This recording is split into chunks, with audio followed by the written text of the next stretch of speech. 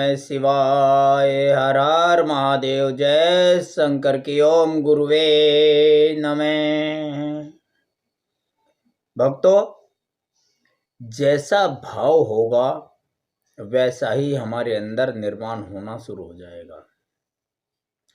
जैसा हम विचार करेंगे, जैसा हमारा भाव होगा, वैसे ही हम बन जाएंगे और वैसे ही हमारे साथ घटित होगा। वैसा ही बाहर का वातावरण हमारे साथ निर्मित हो जाएगा। जैसा भाव वैसा ही हमारे अंदर निर्माण होना शुरू हो जाएगा। कई बार लोगों को कहते सुना है, लोग कहते हैं कि मूर्ति की प्राण प्रतिष्ठा ब्राह्मणों का फैलाया हुआ ढोंग है। उन लोगों का कहना है कि मिट्टी की मूर्ति में, पत्थर की मूर्ति में, धातु की मूर्ति में प्राण प्रतिष्ठा हो नहीं सकती। यह एक ढोंग है, आडंबर है, पाखंड है। पर ऐसा कदापि नहीं है। उन्होंने प्राण प्रतिष्ठा का भाव समझा ही नहीं है। मूर्ति प्राण प्रतिष्ठित नहीं होती, यह कहना गलत है। मिट्टी की मूर्ति में, यानी कि भगवान की जो मूर्ति बनाते हैं, उसमें प्राण प्रतिष्ठा होती है। निर्जीव वस्तु कोई सी भी हो, उसमें प्राण प्रतिष्ठा संभव है।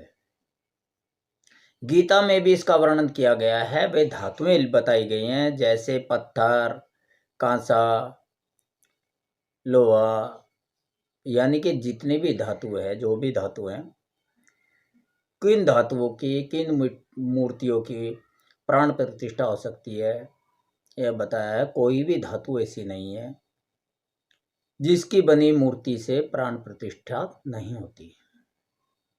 प्राण प्रतिष्ठा का मतलब यह नहीं है कि वो सजीवों की भांति चलेगी, फिरेगी, बोलेगी। ऊर्जा का संचय होना प्रदर्शित होता है, यानी कि उसमें ऐसी ऊर्जा होती है जो आपके मददगार साबित हो सकती है।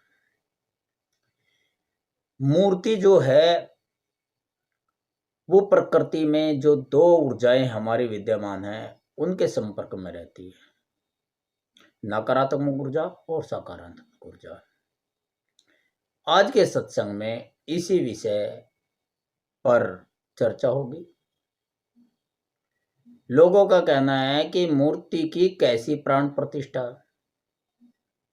उनका तर्क है कि अगर पत्थर या मिट्टी की मूर्ति में या धातु की मूर्ति में प्राण प्रतिष्ठा कर दी जाए तो उसमें जीवित व्यक्ति के समान हलचल क्यों नहीं होती। इस बात को लेकर कई बार लोग विवाद करते हैं। कुछ लोग तो यह भी कहते हैं कि जब मूर्ति में प्राण डाले जा सकते हैं तो फिर मुर्दों को जिंदा क्यों नहीं किया जा सकता।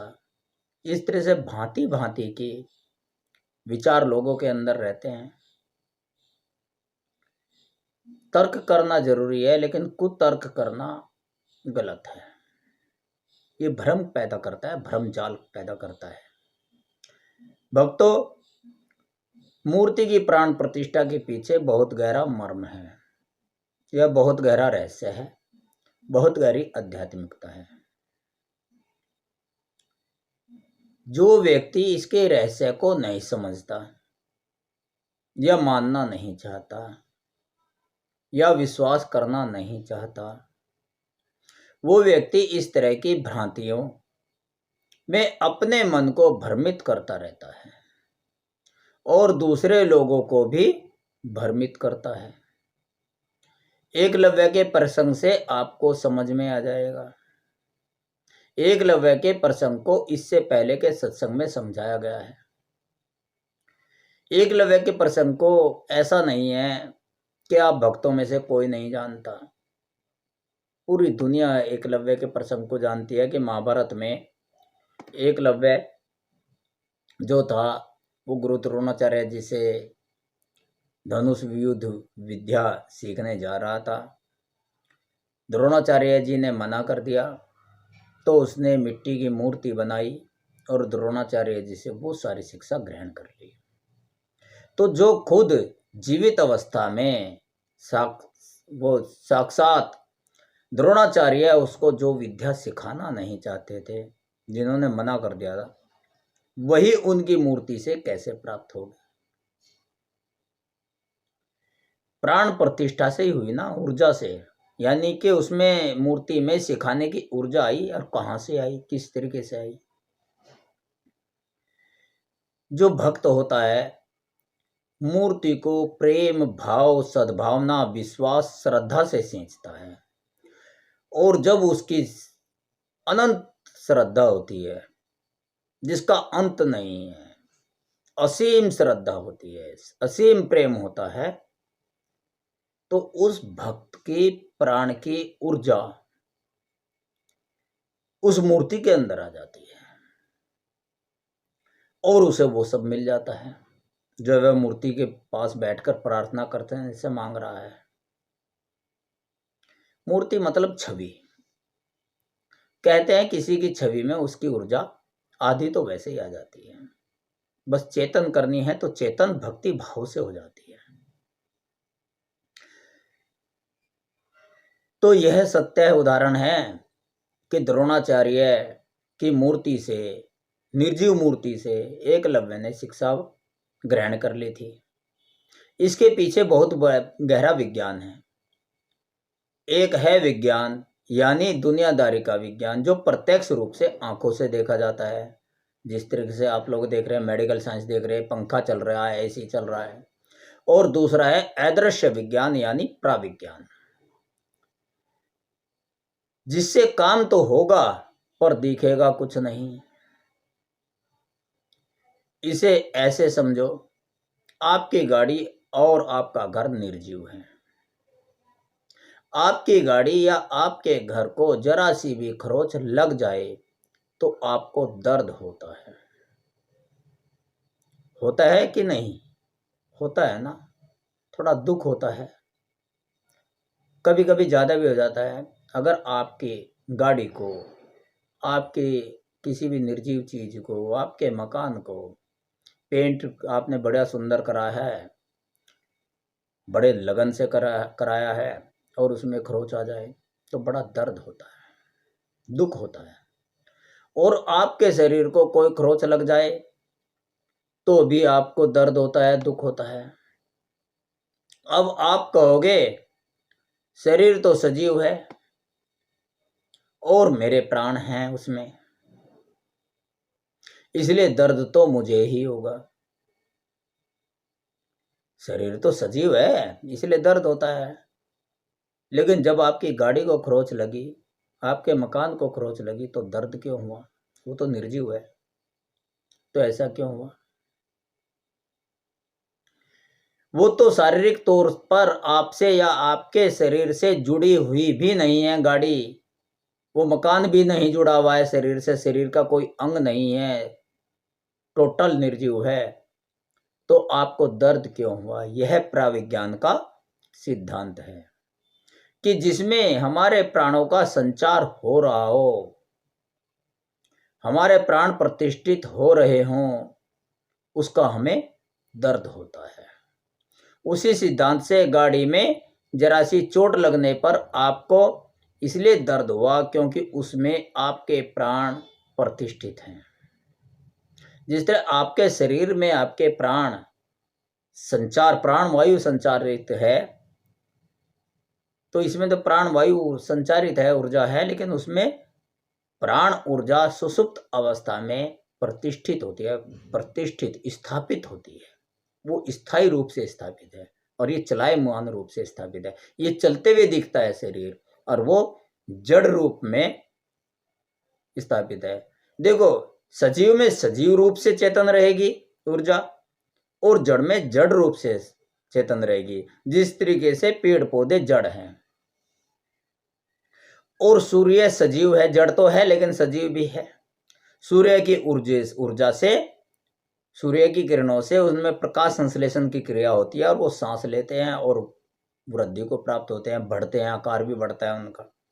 है तो जड़ी, चलते हुए नहीं दिखाई देते, तो उनमें निर्जीव के साथ साथ सजीव लक्षण भी होते हैं, ऐसा समझिए। एक पेड़ है, बायोलॉजी भी कहती है, आपकी मेडिकल साइंस भी मानती है इसको, कि सजीव और निर्जीव सारे दोनों लक्षण पेड़ पौधों में होते हैं। तो इसी तरीके से ही सब चीजों में, जो निर्जीव चीजें हैं उनमें सजीव और निर्जीव दोनों लक्षण होते हैं। बस हमें अपने प्रेम और श्रद्धा से उन्हें ऊर्जावान करना होता है। वरना आप एक बात देखिए, आपकी अपनी गाड़ी में खरोंच लगी तो आपको दर्द हुआ, और वही गाड़ी आप किसी को बेच आए कभी भी, और कुछ दिनों बाद देखते हो पड़ोसी को दे दिया और खरोंच लग गई, तो दर्द तो नहीं होगा, क्योंकि आपने उससे प्रेम करना छोड़ दिया, आपके प्राण उसमें प्रतिष्ठित अब नहीं है। जैसे पड़ोसी की गाड़ी में खरोंच लग गई तो आपको दर्द क्यों नहीं होता बताओ? आपकी अपनी गाड़ी में खरोंच लगी तो दर्द हुआ, आपके मकान में खरोंच आई तो दर्द हुआ, और पड़ोसी के मकान की ईंट भी गिर गई तो दर्द नहीं हुआ, केवल अफसोस हुआ कि भैया उसका नुकसान हो गया, वरना दर्द तो नहीं हुआ। क्यों? क्योंकि उसमें आपके प्राण प्रतिष्ठित नहीं हैं। तो प्राण स्वामी के प्रतिष्ठित होते हैं इसमें। इस दुनिया में दो प्रकार की ऊर्जा है, नकारात्मक और सकारात्मक। इस तरीके से जानिए। यदि कोई बीमार आदमी पूर्ण विश्वास के साथ यह कहने लगे कि मैं स्वस्थ हो रहा हूं, मैं अच्छा हो रहा हूं, मेरे साथ भगवान है, मेरे ऊपर भगवान की कृपा बरस रही है, मेरी बीमारी ठीक होने लगी है, मैं पहले से ज्यादा स्वस्थ हो रहा हूं, तो वह स्वस्थ होने लगेगा, उसकी बीमारी ठीक होने लगेगी, क्योंकि ब्रह्मांड में जो सकारात्मक ऊर्जाएं हैं वो उसकी ओर आने लगेंगी, उसकी तरफ बढ़ने लगेंगी। एक आभा मंडल सकारात्मक ऊर्जाओं का बन जाएगा और वह स्वस्थ हो जाएगा। ब्रह्मांड आकर्षण के नियम पर कार्य करता है। आप ब्रह्मांड से सकारात्मक ऊर्जा आकर्षित कर रहे हो या नकारात्मक, यह आप पर निर्भर करता है। जैसे जो लोग ये कहते हैं कि मूर्ति में प्राण प्रतिष्ठा नहीं होती, पाखंड है, जो लोग विरोध करते हैं, जो लोग किसी से शत्रुता करते हैं, जो लोग किसी की पूजा पाठ का खंडन करते हैं, पूजा पाठ का विरोध करते हैं, कोई कैसे भी पूजे, समर्पण भाव होना चाहिए, स्वीकृति होनी चाहिए। विरोध करेंगे तो विरोध एक नेगेटिव है, तो वो नेगेटिव ऊर्जा को संचरित कर रहे हैं। तो वो जो सकारात्मकता का विरोध कर रहे हैं, जो मूर्ति पूजा की प्राण प्रतिष्ठा पर उंगली उठा रहे हैं और निराकार ब्रह्म कह रहे हैं, तो वो निराकार ब्रह्म भी उनके काम नहीं आएगा। वो निगेटिव ऊर्जा को खींच रहे हैं ना, तो उन्हें निराकार से भी प्राप्ति नहीं होगी ईश्वर की कृपा की। और जो सकारात्मक सोच रख रहा है, किसी के खिलाफ नहीं बोल रहा है, साधु संत ही नहीं छोड़े, नहीं करे किसी का विरोध, प्रकृति सब मेरी है, मैं नहीं करता अवरोध, ये मेरा साथ देगी, ये विश्वास है मेरे अंतर्भाव में। जो किसी का विरोध नहीं करता और स्वीकृति जिसका आचरण है कि जड़ चेतन सारी प्रकृति सारी कायनात मेरी मदद करती है, सब में जीव है, सब में मुझको देख, यानी कि सब में नारायण है, सब में विष्णु है, सब में शंकर है, सब में ब्राह्मण है, ब्रह्मा है। जिसकी ऐसी सोच होती है तो वो निर्जीव मूर्ति में भी भगवान देख लेते हैं, अर्थात भगवान की कृपा प्राप्त कर लेता है। और जो निराकार ब्रह्म को पूजता है और मूर्ति का विरोध करता है, दूसरे का विरोध करता है, नेगेटिव सोच जिसकी है कि मैं श्रेष्ठ हूँ, मेरा निराकार श्रेष्ठ है, और तो बेवकूफ़ हैं, जाहिल हैं, पाखंडी हैं, उन्हें कुछ आता ही नहीं है, तो क्या दूसरों को अज्ञानी समझता है तो प्रकृति उसे अज्ञानी बना देती है। वो कहता है मूर्ति पाखंड है तो उसका नकारात्मक ऊर्जा यानी कि उसका निराकार ब्रह्म भी एक दिन सबकी नज़र में यह आ जाता है कि तूने आज तक पूजा क्या हुआ, दुखों में क्यों गिरा है। उसकी अज्ञानता, उसका अहंकारपन, अगर मैं बहुत बड़ा ज्ञानी हूं, मैं निराकार ब्रह्म को मानता हूं, प्रकृति को सहन नहीं होता, तो निगेटिव ऊर्जा सोच रहा है। निगेटिव तो बोलना ही नहीं है। कोई भी चीज असंभव नहीं है। मुश्किल हो सकती है, असंभव प्रकृति में, दुनियादारी में है ही नहीं। मूर्ति में भी प्राण बसते हैं और निराकार में भी ब्रह्म होता है। कण कण में ब्रह्म है। संभव करके दिखाओ, असंभव तो कुछ है नहीं, संभव सब है। तो इसी प्रकार नकारात्मक छोड़कर अगर सकारात्मक विचार के साथ मूर्ति पूजा की जाए तो वह भी सजीव की भांति मदद करेगी, उसमें भी प्रभु की कृपा प्राप्त हो जाएगी। अब आप पर निर्भर करता है, तो आप सकारात्मक ऊर्जा आकर्षित कर रहे हैं या नकारात्मक। अगर कोई आदमी बार बार यह कहने लगे कि मेरा तो कोई साथी नहीं है, भगवान किसी को दिखता नहीं, मुझे क्या दिखेगा, भगवान की पूजा करना बेकार है, सभी धोखेबाज मिले हैं, मुझे कोई किसी की मदद नहीं करता, कोई भी किसी की मदद नहीं करता, मुझे धोखेबाज मिले हैं, मेरी तो किस्मत ही खराब है, सब मेरी टांग खींचने में लगे हैं। तो यदि कोई व्यक्ति इस तरीके से कहने लगे, नकारात्मक विचार रखने लगे, बोलने लगे, तो वह अपनी ओर नकारात्मक ऊर्जा आकर्षित कर रहा है, ब्रह्मांड से नकारात्मक ऊर्जा को और आकर्षित कर रहा है, और नकारात्मक ऊर्जा उसकी तरफ आकर्षित होती है, उसको घेर लेती है, चारों तरफ नकारात्मकताएं आ जाती हैं। इसी कारण धीरे धीरे सच में उसके साथ ऐसा ही होने लगता है। ऐसा होता है इसलिए गलती से भी अपने जुबान से कभी गलत मत निकालिए। जिसके पास प्राण है वही प्राण प्रतिष्ठित करेगा ना, जो सजीव है वही तो निर्जीव में प्राण प्रतिष्ठा करेगा ना। मूर्ति में प्राण नहीं है, लेकिन भक्त में तो प्राण है ना, उस पुजारी में तो प्राण है ना, जो मंदिर में पूजा कर रहा है, निरंतर कपड़े बदलता है, नहलाता है। कौन कहता है भगवान खाते नहीं है, माँ यशोदा की तरह कोई खिलाता नहीं है। कौन कहता है भगवान नाचते नहीं है, गोपियों की तरह कोई नचाता नहीं है। सब संभव है। भक्त और पुजारी अपने ही प्राणों को उसमें मूर्ति में प्रतिष्ठित कर रहे होते हैं, पर दिखता किसी को नहीं है।